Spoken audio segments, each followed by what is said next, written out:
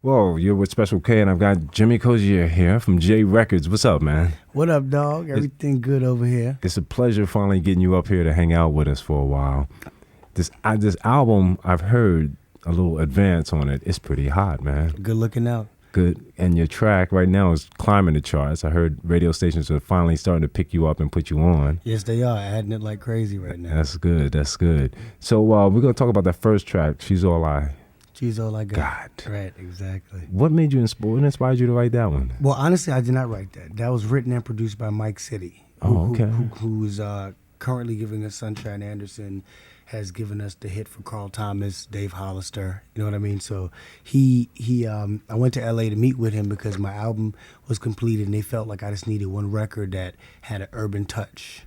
You know what I mean? A more down-to-earth record because my stuff is new and the sound is new and they wanted to squeeze me in properly. And I went to them and, they had a song in mind and I wasn't really feeling it, you know what I mean? And I was like, it was a great song. I just like, I don't think it'll work for me. And without even expressing that to Mike, I think he just took that energy from me immediately and was like, Jim, I have a track I want you to hear. He played the track and he just started to sing.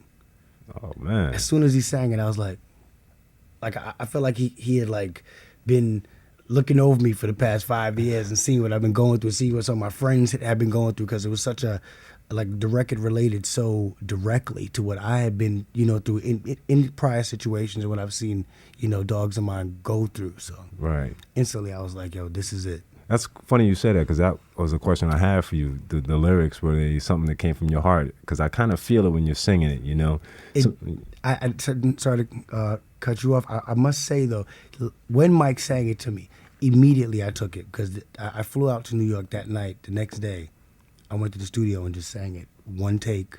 It was just, the lyrics, it instantly connected from Mike to me. Like that. It was amazing. It's like he knew all about you. Exactly. And sat down and said, Jimmy gonna like this one. Exactly. Yeah, She's All I Got. Exactly. Let's go on your background because a lot of people don't know where you're from. Right now you're living in Flatbush? Or Brooklyn, New York. Brooklyn, New York, right? No doubt. But you got roots somewhere else, right? Yes.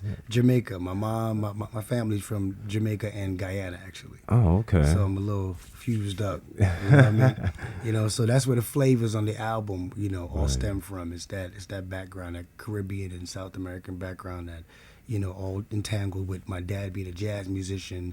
So it's just a serious fusion of all those sounds. And your dad was the one that kind of inspired you when you were younger? Totally. He's a saxophone player, alto sax. He actually plays woodwinds all across the board, but his main instrument is alto sax. Oh, man. And just growing up in a household where, he's constantly practicing, constantly having jam sessions with greats now like Cassandra Wilson, Branford Marsalis, Smitty Smith, all these cats. Well, Steve Coleman used to be at the crib and he'd just be jamming. And I'm a young cat. I didn't know, I don't know the capacity of all these cats and where they would be. You know what I mean? A few years from that point. So it was just always hearing it, and Dad always telling me, yo, you got to get on the piano and try to vibe and get them scales together. And I thought it had no purpose, but as time went on, I realized that it does, right? It served major purpose. I know the feeling, man. We have a guy, Ken Washington. He programs the classic jazz, and your father and him would sit there and vibe. In fact, I wouldn't be surprised if they played together sometime. I'm sure. Jam session. I'm sure. So when we finish, we'll run over there and shout out Ken and see where that's coming from. But you also sang background for a while, huh? Yes, I sang background for Joe. Joe's actually the cat that gave me a lot. I got to see him out there, in the front, and now I'm able to look back and say, okay, he did this, he did that. Because in the background, as a background singer, I thought it would be hectic. You're on stage, you have to support the leading act, but it's nothing like being out there in the front. All these cats looking at you, all these women looking at you, and expecting for you to give something to them that they want to take home and sleep with, so to speak. You know what I'm saying? Yeah, exactly. So it's like I hooked up with Joe. I think that was on his All That I Am tour, and I got hooked up with that through Little Mo, who I was writing songs with at the time, who's now doing her thing huge. You know what I mean? And it was great. He was a support unit. He looked out for me. It wasn't like a cocky egomaniac. He was Joe, and Joe was amazing vocally, and personality's crazy, and it shows. You're right. He's another good friend. I got a chance to hang out with him during that time. Yes. With him and Chico when Chico came out. Chico's and Joe. the man too, definitely. Yeah, those guys are really grounded, and Totally. It's funny. I gotta now go back and check the videos out to see if I got you on video in the background, and hold on to that, because for real, I did a lot with Kadar during that time, and Joe when he was coming out with that tour. Exactly. Oh man, you're coming from a good camp, man. Yeah, it's a hot camp. Now, how did this whole J Records thing come about? Well, the J Records thing came about through my management. Now it's Upgrade Entertainment. My managers had a relationship with Clef and with different people, and Clef has always been supportive to me. You know what I mean? He's always looked out for me or whatever. And Jack, who's my head manager, took me over to see Clef and let him hear a few of the songs that I had written for other people, not necessarily for me. And I never even told Jack, because Jack was interested in me as a songwriter. Because before I did this, I was like, I just want to write. I didn't think I was prepared for the upfront at the time. And I always wrote and demoed my own material. So in writing and demoing the material, one day I let the guys hear it, and they're like, the song is great. This is great. Who is singing? You know what I mean? I'm like, that's me singing. Like, you're kidding. If you've been sitting here all this time and ain't tell us you could do this, you know what I mean? And just from there, it just soared. He was working on a track for Whitney at the time, and when he handed in the track to Clive, he had slipped in a little Jimmy Cozier CD. Clive heard it, was like, yo, I want to hook up with Jimmy. I went there for Clive, shook his hand. He spoke to me for a second, told me, regardless of whatever happens today, I feel you and I want to try something with you, so I want you just to sing for me and make me feel you some more. I did that. And it went off. It went off. And Clive, Clive has that touch, man. The Midas. He's got that the platinum touch. Everything he touches turns to gold, man. I've seen him do it with Deborah Cox. Now building J Records, look at the foundation you guys got with Alicia Keys, Olivia. It's crazy. Yeah, Product GB. I mean, he's got Luther over there now. I mean, he's not surprising us because we know to expect the best. The best. But I'm glad that he took the chance on coming out with new artists with his new label. Yes. Because he could have came out first with the Luthers and the Angie Stones and the RLs and the Next. You're right. And he said he's gonna take. He wanted to break us. He wanted to show people that he can still find the heat. And he did, I'm telling you. He definitely found the heat. Looking on the sampler, you got 10 Love Commandments. And I checked this out last night and I heard it again this morning. And it's funny, when I first put it on, I said, did he go gospel? And then in the beginning, I think, this is for the club or something. Yeah, that's Clef. That's actually why Clef Jean, he hooked it. I was like, wait a minute, hold on, you got Clef in here on this track. Yes, indeed. Now, who did that whole thing? That's all Clef. That was all Wyclef. That was a blessing from Clef right there. Man, and you're right, it's a blessing. Wait till they hear that one. Yes. And then you've got So Much to Lose. Yes. Tell me about that one. So Much to Lose is my personal favorite. That doesn't mean it's everyone else's personal favorite, but it's definitely my personal favorite cut on the record. And that was written by me and produced by one of my partners, Janad. And So Much to Lose is, it expresses the moments that like a man who told his girl that he was going out for a few seconds with his friends, that he and his girl were at home sitting down chilling, but about to just relax, eat some popcorn, do something corny, and his boys come knock on the door, and she's like, it's your friends, I know you're going to end up hanging out or whatever. And he's like, look, I promise I'm just going to go talk to them for a few seconds and I'll be right back. Sure enough, his friends persuade him into going out. They're driving, hanging out. They end up at a club. He said, look, I'm just going to go on for a second. I'm going to go home to my girl. He has so much fun. He ends up having a little drink, hanging with these girls, having a ball. As soon as he walks out of the club and the cold air hits his face, he realizes, damn, I told my girl I'll be back. So it's the moments between leaving that club and getting home and all the excuses that he has to come up with. And he's like debating, should I lie to her? Should I tell the truth? And he realizes, even though it's totally dirty, I can't tell her because she's so much to lose. You know what I mean? So I can't. So it's a weird thing. To me, it's a hot song because the track is hot, the flow is hot, but it's also a message. You know what I mean? Right. To tell a lot of people to understand that sometimes, a lot of women don't understand their men and not justifying why cats do dirty things. But it's like sometimes women have to sit back and watch and analyze and look deeper into things because you don't know why guys lie and do things. And again, not to justify, but they just don't know how to deal with losing something that they treasure. You see what I'm saying? So this here, I think that I wrote the song so that I wanted to break a barrier of understanding between men and women, and really to help the ladies to sort of understand us, because we want to tell them that we're not the best creatures on earth. Right. We're gonna make our mistakes. Exactly. But we don't want to lose you. We don't want to lose you. That's a good way to. I'm gonna have to use that as an excuse. I'm just gonna throw this on when I get home. But baby, hold on. I got so much to lose. Exactly. So I couldn't tell you. Lord, man, so fellas, this is a song to play Friday night when you're thinking about going out. Play this before you go out. Exactly. Or ladies, play it for your man. Before he goes out, exactly. Before he goes out. Then you come right back with No More Playing Games. Right. Break that one down. No More Playing Games is, the whole album is me just going through the relationship game. I'm just like trying to take people through it again, just to break down barriers and let people sort of understand. And this cat who, like, the character in No More Playing Games is a more frustrating, cat, because he feels like he's putting a lot of time and effort into a relationship, and this girl is not giving him anything. So the song starts, am I losing my mind if I spend all my time with a woman who ain't got my back? You know what I'm saying? When I give you my dough, everything you ask for, you never give anything back. You see what I'm saying? Right. So it's like he's just upset and frustrated, and he's like venting. So this is just a male, a cat expressing himself to his woman, saying, I feel you, I love you, I'm tired of playing the games, let's get it straight. Let's get it straight. I hear you. Now, how many tracks are we looking for on the album? 12. 12 total. 12 cuts. So you guys are hiding 7 of them from me. Yes. 7 hot, crazy, sick. Now, I'm going to tell you the one that I like too, another one I like. I like the whole thing, to be honest, but 2 Steps. That cut there, you're going to do something with that cut. Yes. That's going to be on the Dr. Dolittle soundtrack. Oh, is it? Oh, cool. I think J Records they have huge plans. Oh, man. That track, when I heard it, I was like, wait a minute. This one here is going to go places too. Yes. Because now, what's the background on 2 Steps? That again is just another frustrating situation. Cat is just like, yo, man. Every time I try to express things to you and do things for you, you always end up taking 2 steps backward. So it's like every time we take 1 step forward, you take 2 steps back. Mm-hmm. Why do that? Well, you know what I'm saying? So he don't. It starts off again. The girl is saying. It starts off the guy saying, in the beginning it was compliments every day. You know what I'm saying? She says, you know what I mean? She's like, I changed. I used to be the sweetest thing, and now I'm not no more. So I'm telling her, I didn't change. Maybe you changed. Maybe you're starting to look for more now.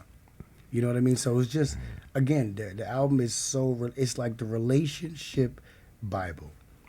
That's what I'm going to start you calling it. Jimmy, here's another track from the relationship Bible. Exactly. Jimmy Cozier. I think we just came up with a title for my album. There you go, the relationship Bible. For real. Let's make it happen. I don't want no points, man. This is all for the love. For real. It's all for the love.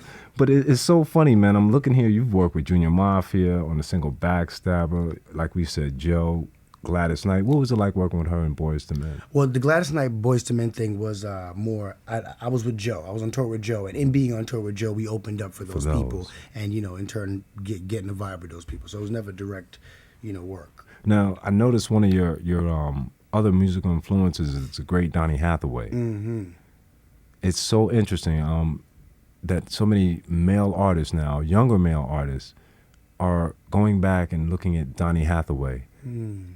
I mean, I've seen Luther a million times. Everybody Luther, but Donny Hathaway now. I mean, it's been you and I'm trying to think of the other guy that's out right now that came up and he said the same thing. Donny Hathaway. There's a few cats that I'm sure have been doing the research on Donny, and I know for me the purpose of going back to Donny. Again, my dad played all the greats, growing up. When I was growing up, I got to hear all that.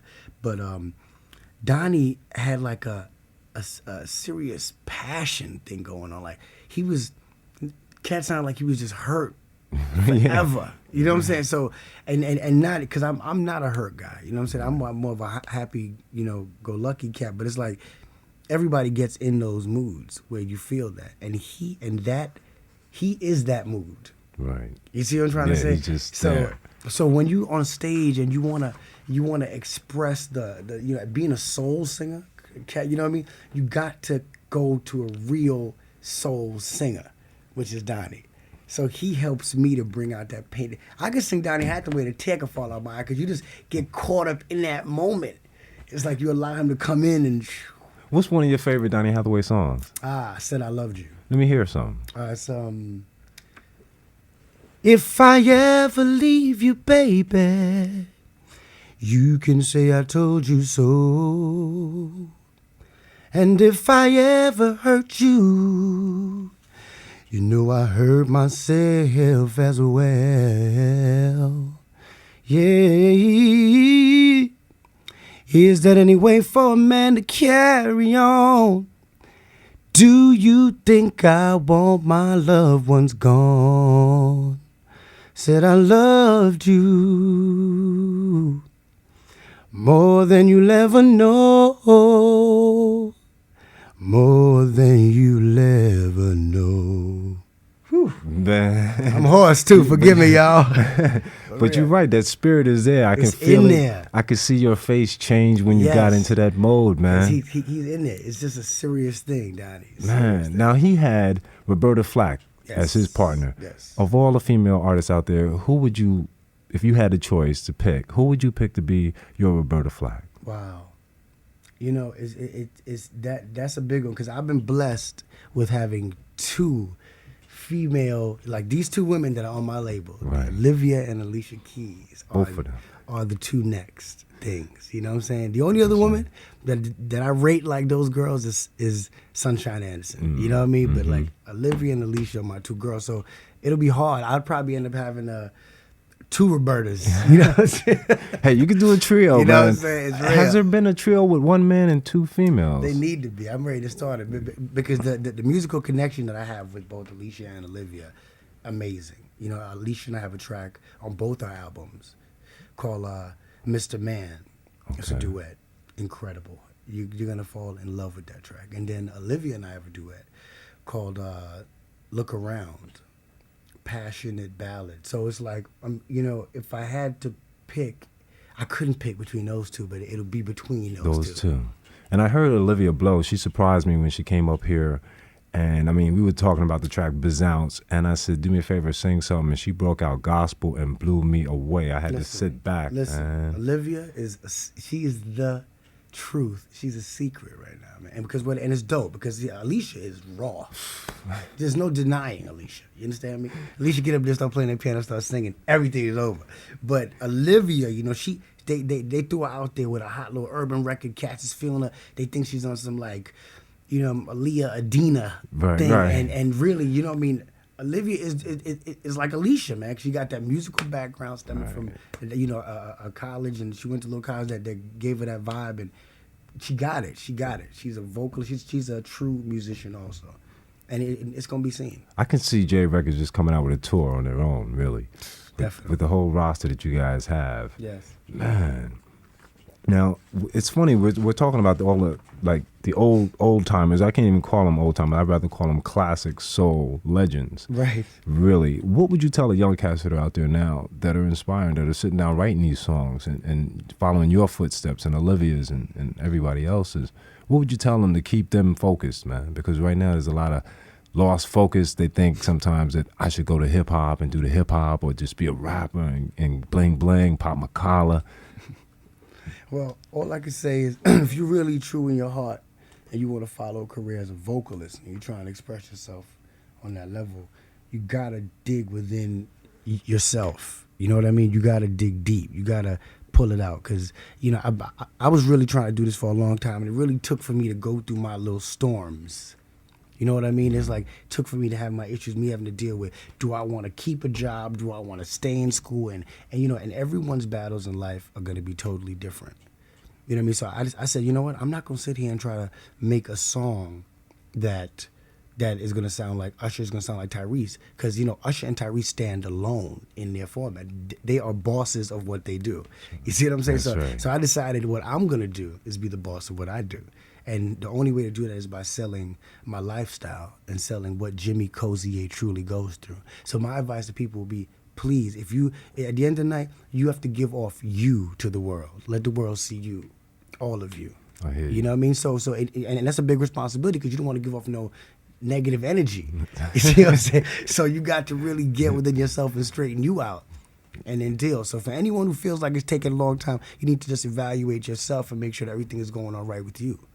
And then from there, it'll kick off. Now, I'm hearing this accent. Do you plan to do anything on the reggae side? Yes. Uh-oh, look out. Definitely. Look out. So I know Pat McKay is going to be in love with that when you drop definitely. that. I got to go hang with Pat. Pat is fam. That's fam. Man. Well, I tell you what, Jimmy, I'm going to cut this short so we can keep on moving. Okay. And I'd like for you to go ahead and just give them a shout out. Anybody you want to shout out to, so we have that on record so they can't say when it came through serious. Exactly. Yo, I just want to shout out all my Brooklyn peeps. J Records, you guys have blessed me. Thank you. Olivia, I love you. Alicia Keys, you're the best. Product GMB, RL, Luther, the whole J Records roster. My crew, the Mignons, D-Train, my moms, my dad, Saida, Mika, Jiba, everybody. I love all of y'all. And you're hitting the road. You'll be on the road, right? Yes, I'm going out. My album coming out June 26th. So support me. That's right. Go get that album. You'll be surprised, man. You will be surprised. So that's Jimmy Cozier right here on Hot Jams with Special K.